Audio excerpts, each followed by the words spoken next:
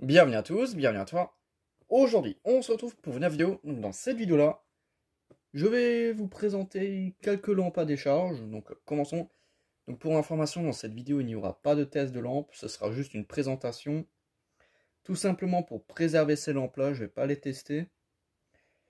Voilà, donc, c'est des anciennes lampes neuves. Donc, je préfère les garder neuves. J'ai pas envie de les utiliser. Hop, donc on va commencer. Donc, dans cette vidéo, il y aura quelques petites bricoles, mais assez intéressant. Voilà, donc pour information, j'ai changé d'entreprise et ça vient de là.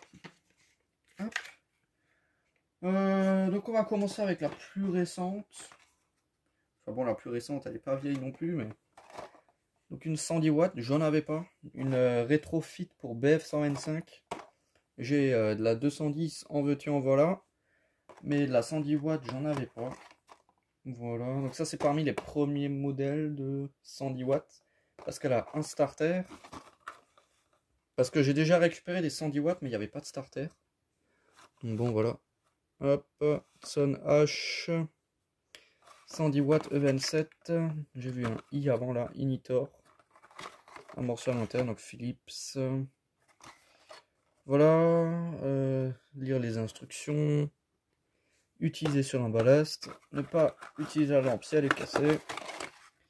Ok, donc là je vais vous sortir ça. Donc bon, c'est pas une lampe de qualité exceptionnelle, mais c'est mieux que rien. Donc la gravure qui s'enlève quand on passe le doigt dessus, enfin voilà. Donc il y a écrit Philips sur le culot, donc je peux pas faire le focus parce que je suis en... Avec le téléphone, je suis en méga... en grand plan, donc c'est beaucoup plus simple pour faire des vidéos. Juste pour faire le focus, c'est assez compliqué. Donc là, 110 watts, made in PRC, donc c'est la taille d'une sodium 70 watts. C'est vraiment une sodium 70 watts, c'est tout ce qu'il y a de plus classique. Mais le tube à décharge, il est plus petit, je crois. Je sais même pas. Enfin bref. Donc ça, on a vu. Ensuite, là, on va passer que sur de l'ancien. Quand je dis ancien, c'est 60, 70, 80. Ouais, pour certaines 1980. Début 80. Donc là, on va commencer par les plus récentes ou les plus anciennes. On va commencer par les plus récentes, comme on a commencé avec la Philips. Ensuite, on a la Mazda, la Mac S. Donc voilà, la boîte, c'est juste ça. Un emballage standard. On a la lampe. Donc elle est super lourde. Le verre, il est super épais. On peut lire Mazda Mac 150 watts. Là, on voit le logo Mazda. Assez difficile à voir. Il y a écrit Mac 150. Voilà. Une lampe des débuts des années 80. Donc je sais pas trop. Donc ensuite, dans le même style, on a une ancienne Philips. Celle-ci, elle doit dater des années 70. Milieu 70, je pense. Une ancienne sodium que je vais vous montrer. Donc pareil, qualité de lampe exceptionnelle. Voilà, ça c'est vraiment de la qualité. On a le logo Philips Vintage des années 70. 150 watts sodium. Donc le tube à décharge, il est vraiment différent par rapport à maintenant. Hop, donc comme vous pouvez le voir, elle a jamais servi. Sinon, elle serait même plus dans sa boîte d'origine. Voilà. Hop, donc ça, c'est fait. Et là, bah, si déjà on est sur du Philips, on va rester sur du Philips. Là, ensuite, on a une Son. Donc une 70 watts amorceur interne. Philips, voilà. Donc une vintage des années 70 aussi, je pense. Même type de gravure, Philips. Donc vraiment sympa, ça aussi. Donc là, on voit pas l'amorceur, parce qu'il est... c'est noirci comme ça en bas.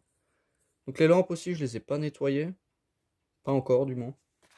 J'attendais justement de faire la vidéo avant de faire ça. Donc là, la boîte, elle est crade, mais ça se nettoie. Donc vraiment une belle lampe. Les 70 watts comme ça, leur durée de vie, elle est vraiment pas longue. Donc pour en trouver des comme ça, c'est assez compliqué. Parce que ces lampes-là, amorceur interne, elles claquent souvent. assez rapidement. Et là, pour la fin, il reste du General Electric. Donc là, le plus récent, je pense que c'est ça. Voilà, donc une boîte en bon état, une complètement défoncée. Mais elle est pas... il manque rien, elle est juste complètement déchirée. Je ne sais pas pour quelle raison. Mais bon, donc là, on a une en bon état qui a jamais été ouverte. Donc c'est une Lucalox Lamp 70 watts. Donc c'est des lampes américaines. For Ballastic Caution Notice. Kite Intensity Discharge Lamp. C'est une 70 watts. Amorceur externe pour le coup. Donc à l'intérieur, l'armature, la construction, elle est vraiment bizarre. On a la gravure là, General Electric, Lucalox, USA. Voilà, donc vraiment des lampes de qualité, culot en laiton. Hop, donc bon, deux fois la même boîte. Celle-ci que je vais essayer de bricoler un peu. Hop, parce que c'est déchiré à ce niveau-là. Je sais même pas comment c'est assemblé. Enfin bref, ça je verrai hors caméra. Ça c'est mon problème. Hop, celle-ci, je vais la remettre là. Et du coup, là, il reste deux anciennes. Une plus récente là. Une LU150 140. LU150 140, je sais pas. 150 watts. Lucalox, salut, ouais. Donc 1975. Années 70. Hop. Et en dernier, aussi une sodium 70 watts. Mais celle-ci, elle date des années 60, je pense. Enfin, en 60, ça n'existait pas encore les sodiums, je crois. Ou c'était vraiment le début. Donc, à mon avis, celle-ci, c'est aussi 70. Enfin bon, voilà. High Intensity Discharge Lamp, USA. C'est écrit USA, j'invente rien. Bon, focus. Calox. Bon, voilà, c'est 4 faces. Là, les trucs. Donc, celle-ci, elle est différente, je crois. Déjà, la forme, elle est différente. Elle est plus plate. Ça se voit légèrement que celle-ci, elle est plus tubulaire que celle-là.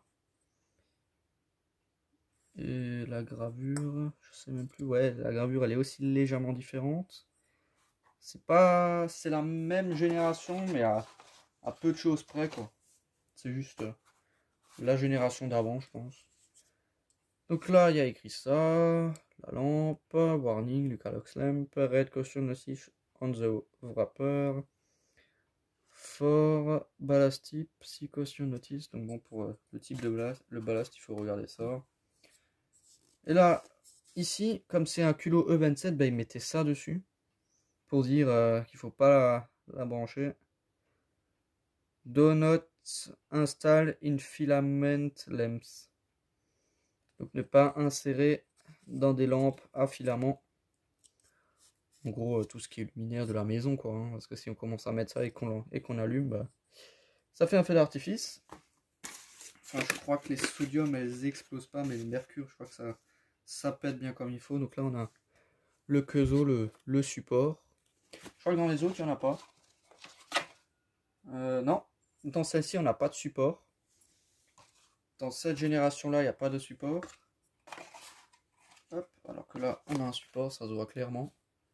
On a un rond là et c'est complètement dégueulassé à l'intérieur. Alors que là, sur les autres, si on regarde, on voit très bien que ça s'arrête. En haut, il n'y a pas de rond sur le verre. Le tube, on sent qu'il bouge à l'intérieur. On l'entend même. Voilà, et même comme ça, on sent que ça bouge. Hop.